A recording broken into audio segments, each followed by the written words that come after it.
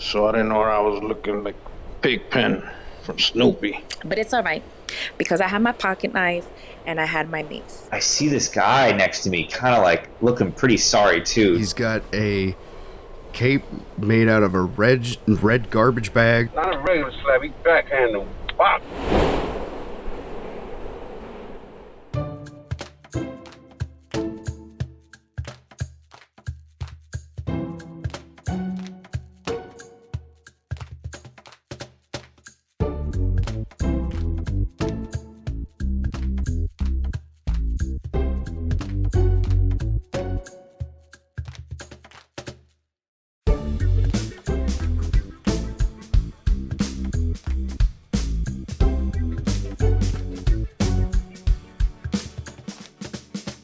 I'm Christina Baez, and you're listening to The Subway Portraits. Welcome and thanks for tuning in. The Subway Portraits is a bi-weekly podcast that serves as a living history of people's experiences riding in New York City's MTA subway. These stories, no matter how old or recent, are told by you, the commuters, the tourists, and the native New Yorkers like myself. On today's episode, the magician, the pistol, the fireworks, and more, you'll hear a range of memories, from a close encounter with the third rail to a hidden magician. But before we begin, I want to make it clear that the Subway Portraits does not in any way condone violence, discrimination, or abuse of any kind. We simply collect memories and give them a space to live in history. Let's jump right in. Magic words. So our story begins on the D train at about 11:30 at night. I had just gotten out of work, and I was taking the train home, which is always awesome because it was running local at the time. I'm sitting there, and this guy gets on the train, who you might have seen. I think he even has a website. I think his name is the Tenor Man. There's a black guy. He's got a cape made out of a red garbage bag, and he's got these Y2K glasses that light up. That are battery powered, and he's got a tenor sax, and he starts playing, and it's real nice at first. It's like and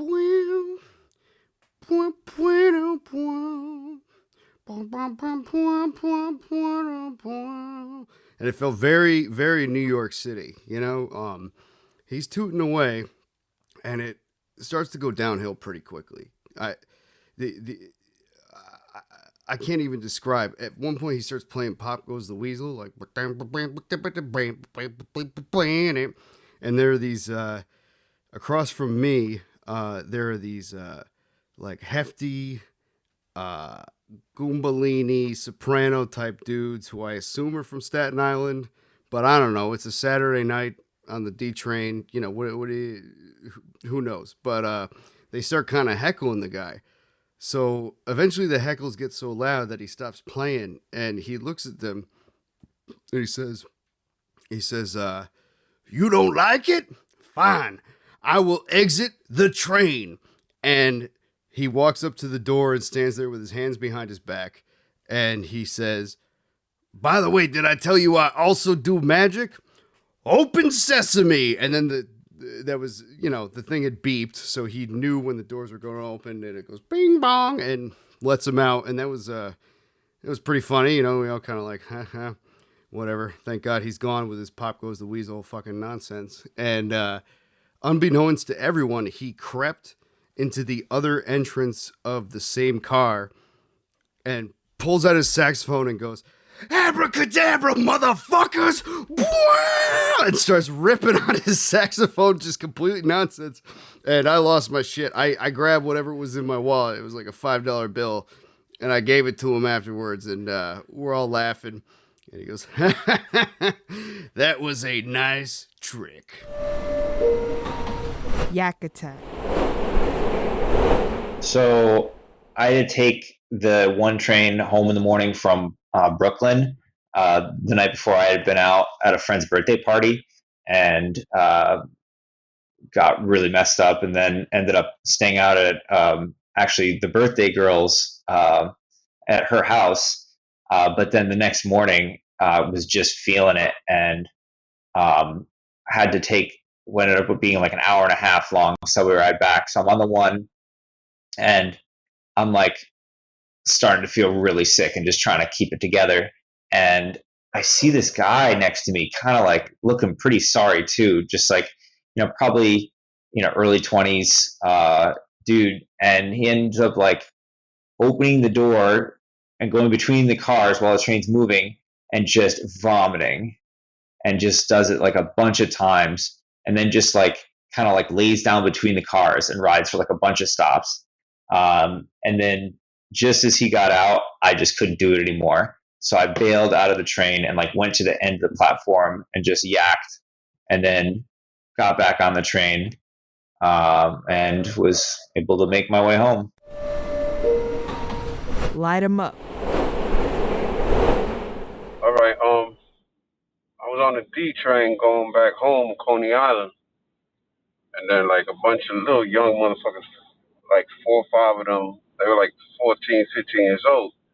They had 2 big garbage bags of fireworks, and I was with my moms and pops, so I remember this clearly.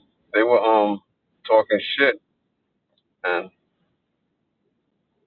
they were talking shit, laughing because they just robbed somebody for their fireworks. So like, every between stops, they throwing some loud ass firecrackers, some Brooklyn shit. You know how Brooklyn do, and they throwing fireworks out. And then some 2 older kids get on. They're like 19, maybe 20. So they see these young kids with these big bags full of fireworks. So they were like, "Yo, where you get the fireworks from?" So they were like, "Yo, we just took it, on some bragging shit." So one of the kids told him, "Yo, give me them bags." And like Shorty was like, "Nah, these are bags." So he goes, "Yo, them shits ain't even yours. You sold them." And he backhand, not a regular slap, he backhand them. Bop, slapped the shit out of him. Then him and his band snatched all the bags. And just from a little while, these kids wilding out, yo, they were crying when they took all them bags. They just got off the next stop, man. I was just laughing. More stories to come. But before we get to those, I want to give a huge thank you to those who've submitted their stories. This project would not be possible without you. Thank you. And if you have your own subway story, or if you've already submitted one but have more memories to share, then go to our site at www.thesubwayportraits.com and become a part of this living history for future generations to reference. You can record from your cell phone, laptop, or desktop. And to make it easier for you, I've added the direct link to record your story in this episode's show notes. Now back to the show.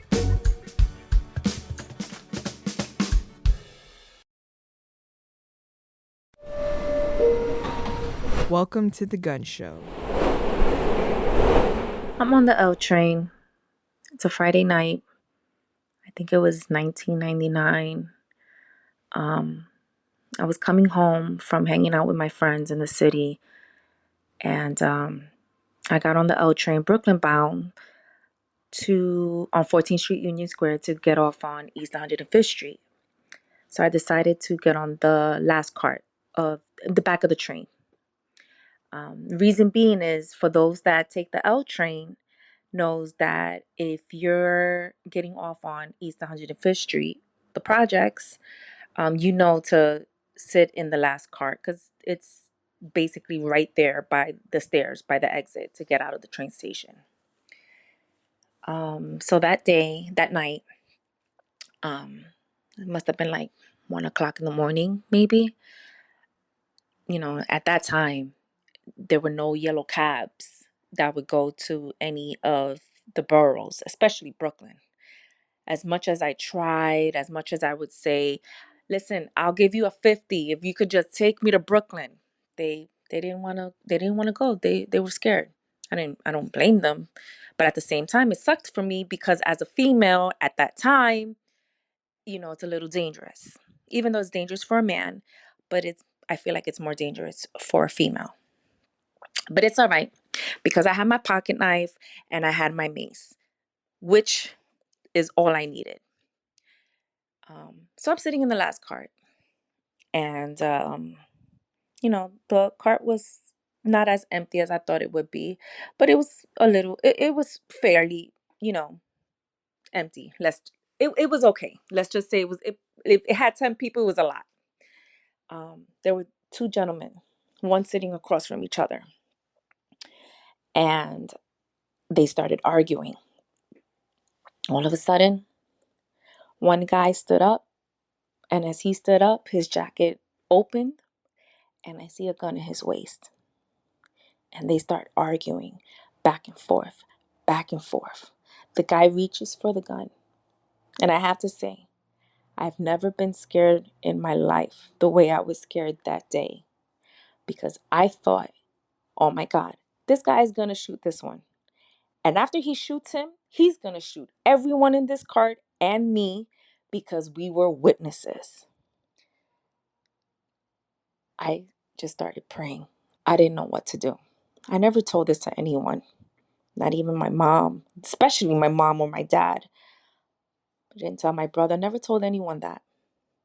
Always kept it to myself because that was the most scariest moment of my life because it was the first time I actually saw a gun in front of me physically. And thank God the guy just left the train on the next stop because I guess that was his stop and he left. He didn't do anything. He just kept talking, and that was it. I just prayed, let the next few stops be the fastest stops ever to get to 105th Street so I could get home. And when I got off 105th Street with heels, I walked so fast to the house, to the apartment, because I was petrified. And that was my scariest moment on the L train. And thank God I never experienced anything like that. Fights, yeah, but thankfully, not with a gun. It's electric. One train uptown. So it started. They were hanging out. Tried to take the train. I think it was 96, if I'm not mistaken. They were doing construction, see, and we were on the wrong side of the platform. We had to go to the other side. So we decided, let's do a shortcut, jump in the tracks, cross over, and we would be on our way. But next thing you know, we jumped down, a Euro step, two step, whatever you want to call it, face planted on the tracks, 3 seconds away from grabbing the third rail and frying myself. A friend of mine that was with me grabbed me, picked me up, basically saved my life. Continued on, got on the platform. They asked me if I was all right. I said, yeah. Then they started laughing because it was three of us. But I didn't know that I was full of all the dirty black. Nobody mops or cleans the tracks. So I didn't know I was looking like Pigpen from Snoopy, but dirtier. So I put a little bit of, I think I had either a bottle mixed with a little bit of liquor or maybe it could have been saliva. Try to rub it off. They laughed even more. I told them, fuck you. I know you guys hated me, wanted me to die, and I walked off. And this is a story I have to tell you. I lived to tell you this story.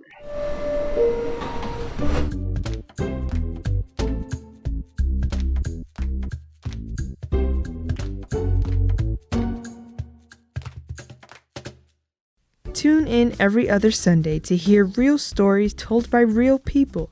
This podcast continues to run with your stories, so I urge you to record your memories and share this project with your fellow commuters. Don't forget to follow, subscribe, and review us.